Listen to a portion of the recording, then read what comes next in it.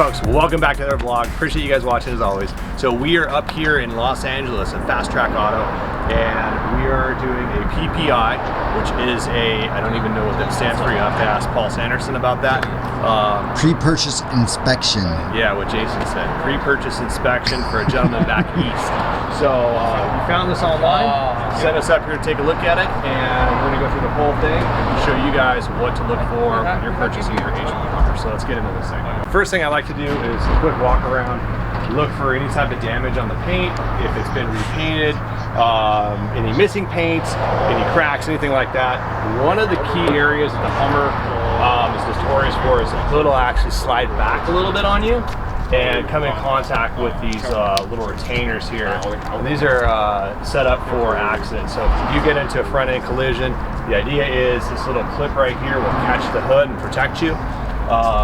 But the hood does like to shift back slightly, and when it does, it'll actually come in contact with these guys. Very common. Steering on this one very slightly, not a big deal in my opinion. Then coming down the side of the truck, there's a couple areas missing paint. Again, not a big deal. Overall, I can tell right off the bat and in some of the pictures online that the truck doesn't really have any rust problems. And that's one of the big issues I'm looking for on here. Very common problem with the Hummer. Somebody drove with the latch down, did a couple little chips there. Pretty much guaranteed on every truck out there is going to have that issue. The other one too that people like to do, if they don't know what they're doing, is to actually latch on the top section, which is not the latching portion. You go up here, what happens is this handle will rotate in and come in contact with the hood. So if you're missing paint in that area, it just tells you that someone didn't know what they're doing. They slam the latch into the paint. Also, it'll weaken these dog bones and deteriorate over time. So watch that too. Coming down the side of the truck, overall clean. There's a couple little chips and so forth. Not a big deal. It does have our Urban Assault roof rack up here. That's one of the areas you want to get into, is to take a look at the seals up here. So this hood is composed of about 4 pieces of metal. You have the front section here, and then 3 pieces across the back that run lengthwise. So you want to check this seal here. Again, I can tell, and I could see it in the pictures too. This truck was probably a pretty rust-free truck, and it doesn't have any issues, exactly what I was expecting. But also check the ones that run from this center line here, or from this seam here, all the way back. So you want to check that. It's about 1.5 feet in or so. A lot of times it'll separate. The way it's formed with the roof is they're kind of stacked on top of each other. And then there's a seam that goes along on there, as well as a bunch of spot welds, and water will get in between those and then rust out from the inside of the truck out. So you gotta look for that. Then the notorious area back here, you really gotta look for corrosion. So the biggest area is this seam here between the roof, which is steel, and aluminum body. You'll get galvanic corrosion in there, and you'll get this bulb, the seal right here will kind of bulge out. So when that happens, you've got some serious issues. We'll take a look on the inside too and check that track and make sure it's rust-free, but I can pretty much guarantee that it's rust-free, just based on looking at this guy right here. Check back in this area where the roof meets the actual fender. There's a little track right along here. Oftentimes you'll collect some rust in there, and the whole area could be rusted out, including this area here. Like severe stuff, we've seen it creep up this whole the corner mount here. But a lot of times you'll see like some hidden rust. All you gotta do is just peel the carpet back. Right in this track right here, you'll get some rust. And this is actually super clean, so probably a California car or maybe Arizona truck. It's, I guess we call Hummers in California cars and Arizona trucks. I don't know.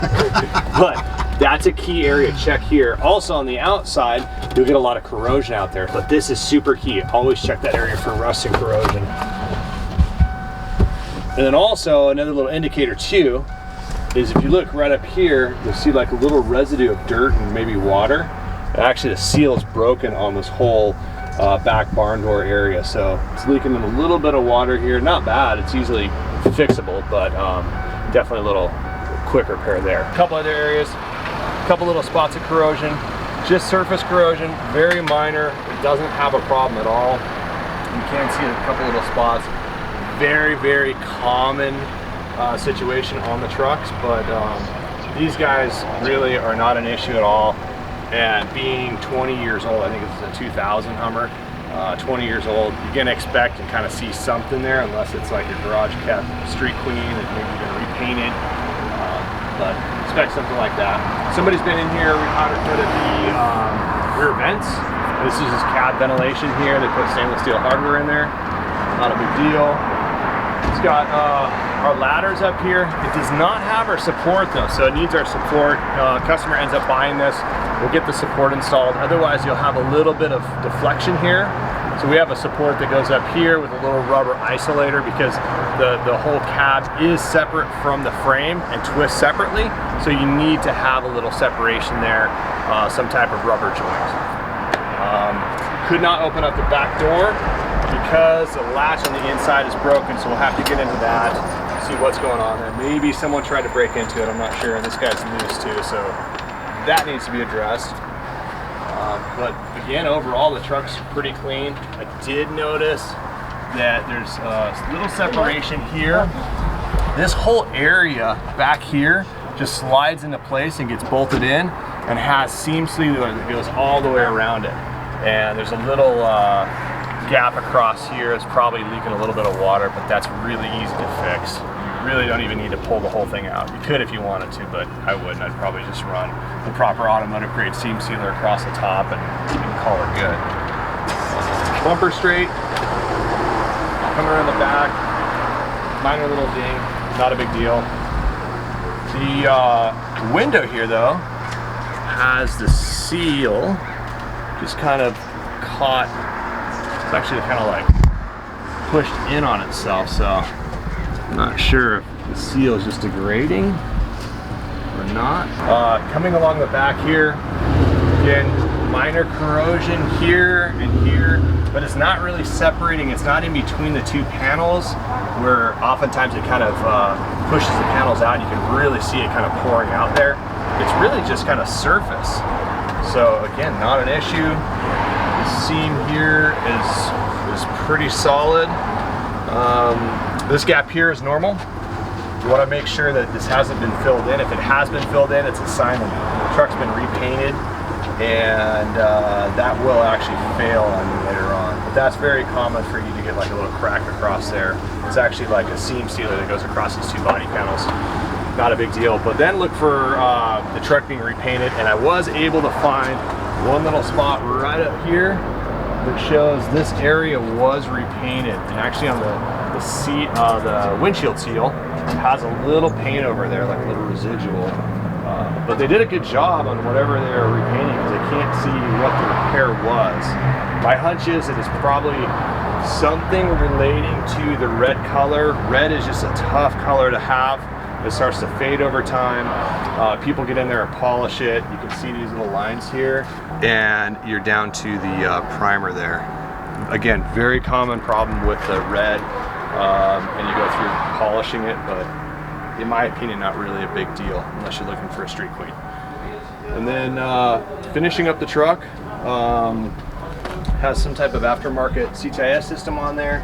Probably prefer to have it a little bit tighter here instead of coming out at like a 20-degree angle. Make that CTIS line a little bit closer, but it looks great. And then up to the front of the truck, overall, straightforward truck. So we pop open the hood here and take a look inside. Okay, so one area on this truck that I found that's super suspect are the battery configuration. So I've got Optima batteries right here, but the hold down, very common problem, is they come in contact with the tops of these batteries because they have a dual post design, which could potentially cause a fire. Super dangerous. We actually have a new battery hold down that has the cutouts for it that would properly hold it down. There's no way it's going to come in contact, and they went as far as even putting some like rubber down in between the battery posts to try to protect it, but it's just a matter of time before that'll wear through. So then I'm looking at the rest of the battery connections here. All of these battery cables, every one of them's loose, which is going to cause some resistance, potentially overheat, potentially cause a fire. So really check all your battery connections. Every one of them across here is loose. and I suspect that the bolts, the battery bolts, are the incorrect ones. Maybe they're a little bit too long or possibly too short, but ultimately they're resulting in loose connections on all these cables. So that has to be fixed. Center bushing right there, or spacer for the hood, so you can see the hood kind of came down and was damaging that little center mount. Not a big deal. So they got aftermarket lights. They've got this wire harness here, just kind of overkill. I mean, really, like literally 2 pounds of wiring could have been cut out. Not necessarily a problem, other than I just don't like that. See a little butt connector here. Not sure why someone would cut that wire. It's compromised a little bit. That is for the washer fluid level. There's a little indicator in there, so this wire is a little compromised. Again, not that important. The biggest thing that you got to watch out for on these trucks is that the TT4 is not damaged or compromised, because that could be thousands of dollars. I mean, if you got a TT4 light on there, that could be $3,000, $4,000, $5,000 repair easily. If you're lucky, maybe it's just a shuttle valve inside the computer system, or on the TT4 computer system, there's a little shuttle valve. You can replace that. I think that's like 600 bucks, if you're lucky. Most of the time, it's a whole computer that needs to be replaced, which is not fun. It's mounted right down here. So this truck doesn't have that. Overall, super clean truck. Like it. There's a couple dry spots on the wiring as it goes through the body, and I'd probably just touch that up with some automotive grade silicone, RTV silicone sealant, just to make sure that it's not going to be leaking. There's another spot over there, but overall, great truck, super clean. I think it's probably about time to take this thing for a test drive. All right, so we're in the truck, driving down the street. Nelson's behind me, and this is his truck from Fast Track. And so far it feels good. I do notice it has the ABS TT4 light that lit up, so we got to take a look at that and see what that's about. Hopefully it's just a quick repair. It could even be a signal from the sensor on the, sorry, I'm trying to take it all in at the same time. I shouldn't do that. But it could be just like a little sensor on the half shaft. Maybe it's dirty. I did see some grease down there from a ripped half shaft boot, which is, again, normal problems. Check your ball joints too. You'll see some normal wear there, but not regularly replaced. Overall, feels good. But power feels great. The truck has, I think, you see 53,000 miles on it, and it feels strong. Got a ton of power. 6.5 turbo diesels, which is what this 2000 has in it, don't feel bad. It's just that over time they seem like they lose a little performance, but like a properly running 6.5 turbo diesel actually feels great. Like, I really don't have any issues with it. You start adding a lot of weight to it, roof rack, brush guard, kids in the back, maybe your cockatoo, I don't know, but you get all that stuff in here, and then that's where you feel the 6.5 turbo diesel start to struggle. But like right now, just the roof rack and a brush guard on it, this truck feels great. Like, wouldn't have any issues at all with it. That's because it's got our roof rack and light bar on it. That's right. Little known fact, our roof rack adds 55 horsepower. Rear wheel too, not front wheel. You gotta have the light bar for the front wheel horsepower to kick in. Yeah. But it doesn't have our brush guard, so that actually pulled away some horsepower. Yeah, well, actually, it probably speeds it up, because that thing is super lightweight.